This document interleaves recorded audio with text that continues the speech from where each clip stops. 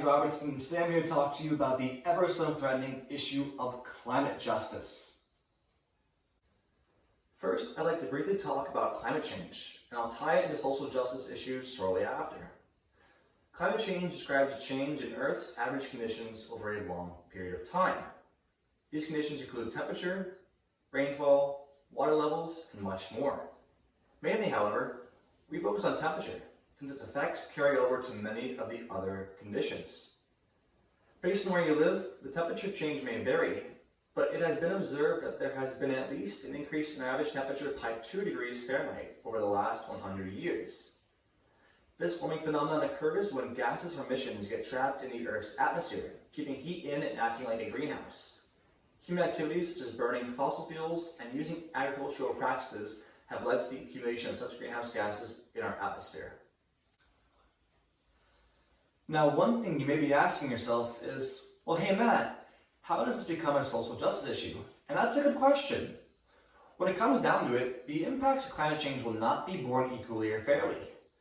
From extreme weather to rising sea levels, the effects of climate change will often have disproportionate effects on historically marginalized or underserved communities. This puts low-income communities, people of color, indigenous people, people with disabilities, and the very young or very old more at risk for the effects of climate change. Additionally, many victims of climate change have disproportionately low responsibility for causing the emissions responsible for climate change in the first place.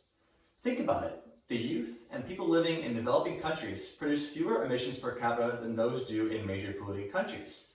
Yet they often bear the worst of the consequences.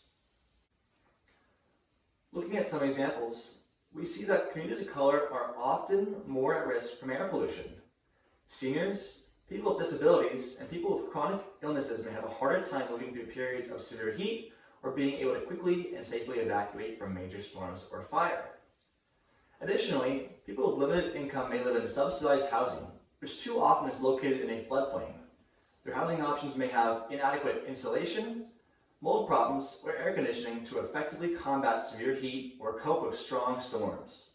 And lastly, some indigenous communities are already seeing their homes and livelihoods lost to rising sea levels or droughts. At this point, we have just begun to understand the social injustices of climate change. We've started to acknowledge how climate change can have differing social, economic, public health, and other adverse impacts on underprivileged populations. So it's time to act. Former President of Ireland, Mary Robinson, puts it this way. She insists on a shift from a discourse on greenhouse gases and melting ice caps into a civil rights movement with the people and communities most vulnerable to climate impacts at its heart. Today we see tens of thousands of young people and the likes of Greta Thunberg advocating with a clear and urgent message to world leaders asking them to act now to save our planet and our future from the climate emergency. We see organizations like the Climate Justice Alliance working to bring race, gender, and class considerations to the center of the climate action discussion. Additionally, the ACIP is also advocating for efforts to reduce greenhouse gas emissions and advance clean energy while promoting food justice, transportation equity, and civil rights in emergency planning. In most recent news, President-elect Joe Biden is making it his mission to plan to secure environmental justice and equitable economic opportunity in a clean energy future, claiming that addressing environmental and climate justice is a core tenet. I would like to thank you all for coming to my TED Talk. It's been a pleasure to share my thoughts on climate justice with you all. And remember, next time you're leaving the house, make sure to turn the lights off. You might just help out someone you don't even know. Thank you.